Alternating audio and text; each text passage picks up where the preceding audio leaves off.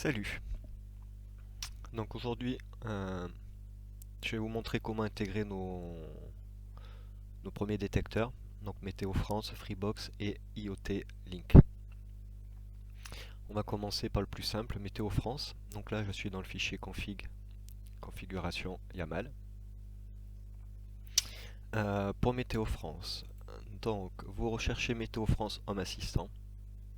Donc sur un des premiers liens, suivant votre moteur de recherche, vous tomberez sur cette page qui vous explique comment configurer en fait cet ajout. Donc soit vous allez à configuration intégration et vous cherchez Météo France, vous ajoutez votre ville et sur Submit. Donc moi j'avais pas vu qu'on pouvait le faire comme ça, je l'ai fait directement manuellement. Donc soit vous ajoutez ces deux lignes dans votre configuration YAML avec votre code postal en city. Comme ceci, c'est tout simple.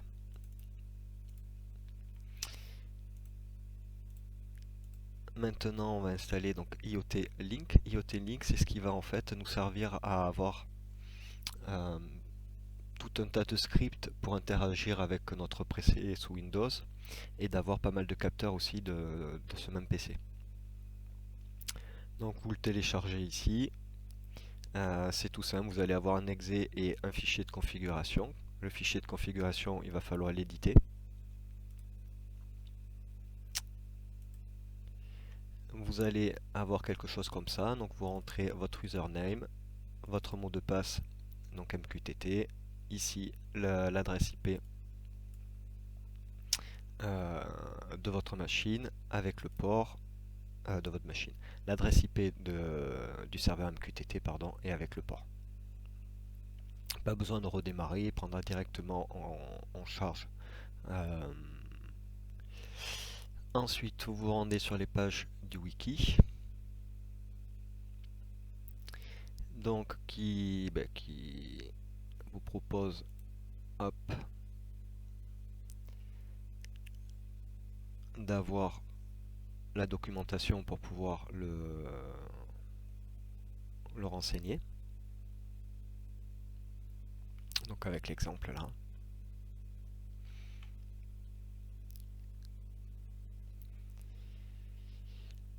Et vous allez avoir une intégration sur Home Assistant. Donc déjà il dit qu'à partir de la version 2, on n'a plus besoin de paramétrer ceci en sensor. Par contre on va avoir besoin de mettre les scripts ici. Donc soit vous prenez avec le script pour le mettre dans votre configuration YAML, soit moi je le mets directement dans le fichier de script.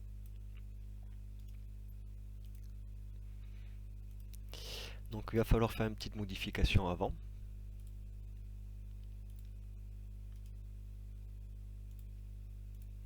Donc on va se copier d'un éditeur de texte.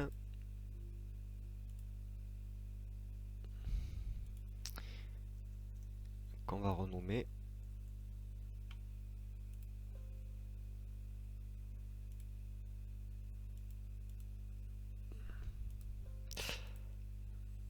Hop, pour avoir la coloration syntaxique. MyComputer. Donc je l'avais déjà fait tout à l'heure. Mais on va devoir le remplacer donc par le nom de notre machine. C'était déjà validé. Donc on le prend. Replace. Donc normalement vous allez l'avoir juste comme ça. Et on va le remplacer donc par le nom de notre machine.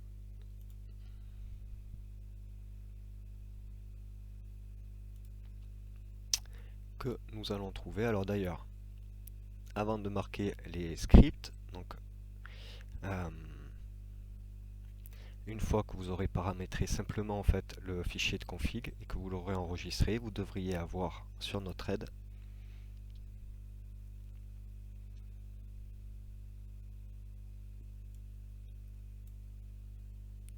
les données qui arrivent. Donc on va le vérifier de suite. Donc je prends un serveur MQTT. Donc ici dans le premier paramétrage, vous allez devoir renseigner votre serveur MQTT, donc avec son port son adresse IP, à sécurité le pseudo et le pass évidemment. Une fois que vous aurez fait ça, donc vous le choisissez, et en topic, vu qu'on veut voir tout ce qui arrive, on va taper l'hashtag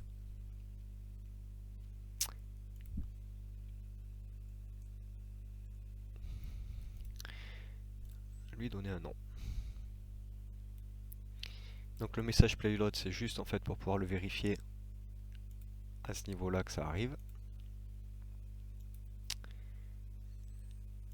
Hop, j'ai déjà pas mal de choses, et donc là vous voyez de toute manière que les données arrivent bien de notre ordinateur sur la plateforme MQTT, sur le serveur MQTT.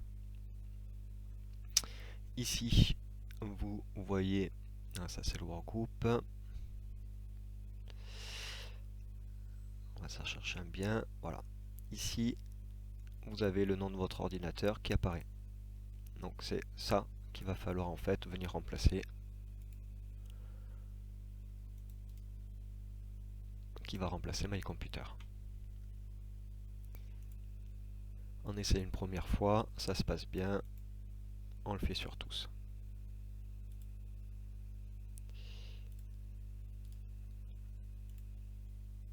Je me prends mon texte préparé.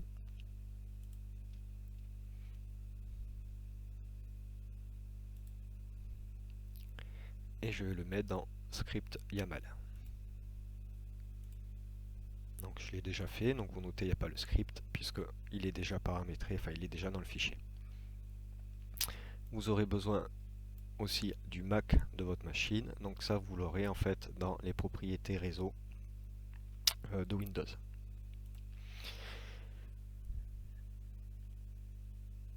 Une fois qu'on a fait ça, donc vous enregistrez et vous devriez avoir les scripts qui apparaissent ici. Donc c'est le bordel sur ma page d'accueil. Évidemment, il faudra refaire tout ça pour avoir quelque chose de plus propre. Là en fait c'est la mise en page que propose Home Assistant d'office sans avoir à configurer l'interface utilisateur, qui ont un meilleur aspect. Il y a moyen vraiment de faire mieux, hein, donc aussi.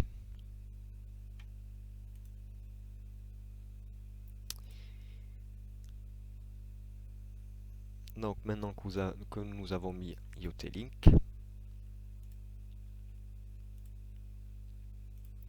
nous allons passer à la Freebox. Donc vous tapez Freebox Home Assistant, vous tombez ici. Ici donc c'est la page d'intégration pour les Freebox. Donc ce sont toutes les Freebox qui ont l'OS comme ceci, qui ont la Freebox OS, qui seront pris en compte.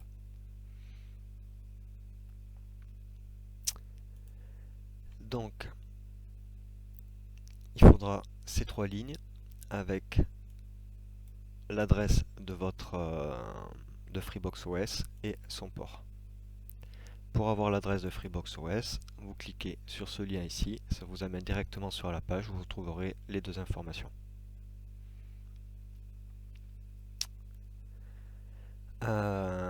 Il faut vérifier aussi deux choses dans les paramètres de votre Freebox. Donc en gestion de port, il vous faudra l'accès à distance sécurisé la Freebox sur oui. Et il vous faudra à la gestion des accès permettre de nouvelles demandes d'association activées. Étant donné que au premier redémarrage de Home Assistant va faire la demande à la Freebox, qu'on devra accepter sur la Freebox dans le cas de la Delta, pour que ça puisse faire le lien tout simplement, c'est une sécurité.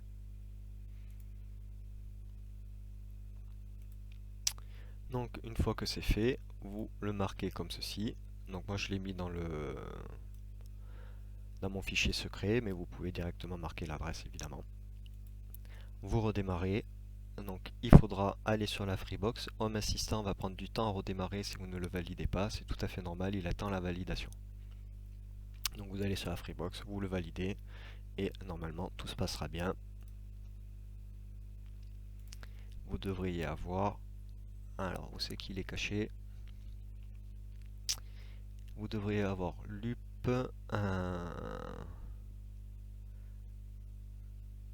Alors où c'est qu'il est? Freebox Download Speed ici, l'upload ici. S'il est allumé ou éteint, je crois qu'il y a la delta, le dévialet aussi s'il est allumé ou éteint. Enfin voilà, deux trois petites choses sympathiques. Et de quoi le rallumer, je crois, aussi. Le allumer et désactiver le Wi-Fi. Voilà, je le vois ici. Il me semblait qu'il y en avait un autre, mais bon.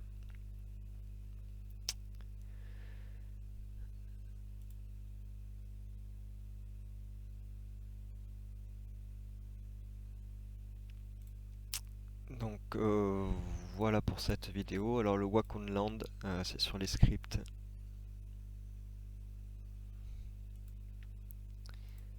Ici, il vous explique en fait que pour faire marcher l'ordinateur, enfin pour démarrer l'ordinateur par le réseau, il va falloir référencer Wacom Land sur le fichier, donc comme j'ai fait.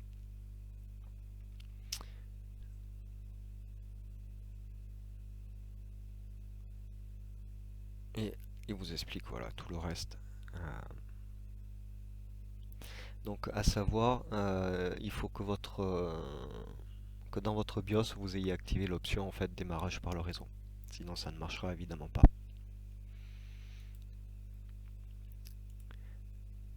Donc voilà un petit peu. Donc au lieu de cette interface, voilà, une fois bien rangé, ce que j'avais fait sur sur le précédent, ça va ressembler plutôt à ça.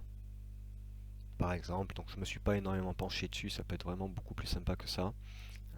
Là il y a simplement un thème en fait que j'ai installé et trier un petit peu mes différents capteurs.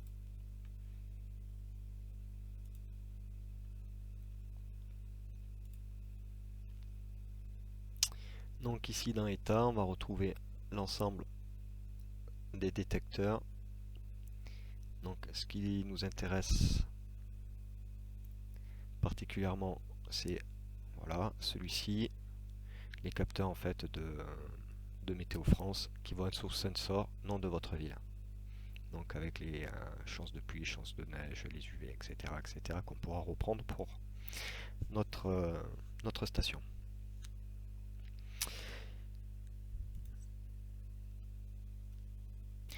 Donc voilà, nous avons nos capteurs ici que nous allons pouvoir reprendre sur notre fichier en fait qu'on va avoir sur notre SP.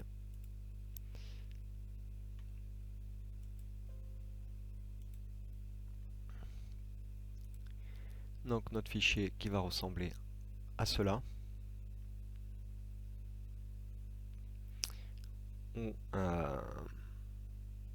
donc nous aurons un appel sur Home Assistant qui va récupérer le sensor Today Icon pour le mettre sous le nom de Today Icon, sous l'idée de Today Icon, en fait, pour l'afficheur du Nexion.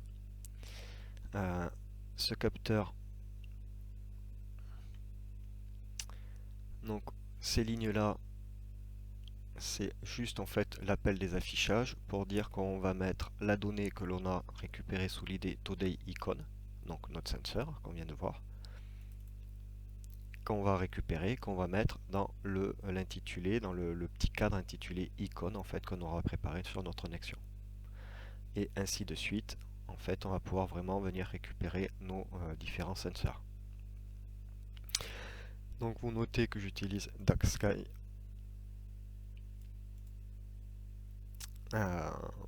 pour le temps, enfin pour les données sur 3 jours pour l'instant. Donc évidemment nos données, il va falloir tout de même les préparer puisque là on a les données brutes comme ceci, c'est-à-dire là il y a 0, il n'y a pas 0%, ou il n'y a pas surtout, comment dire, euh, enfin, c'est pas sur cela, mais il n'y a pas l'image que ça va renvoyer, donc il va falloir préparer tout ça au niveau du temps, puisqu'on va avoir une image par temps sur le temps du jour par exemple. Donc s'il fait beau, il va falloir appeler tel numéro en fait de l'image qu'il y a dans notre connexion. Donc on va pouvoir en fait prendre les données de nos senseurs, pouvoir les retravailler pour pouvoir les appeler après sur notre station météo. Donc tout ça, je les expliquerai sur les prochaines vidéos. Donc pareil, à bientôt.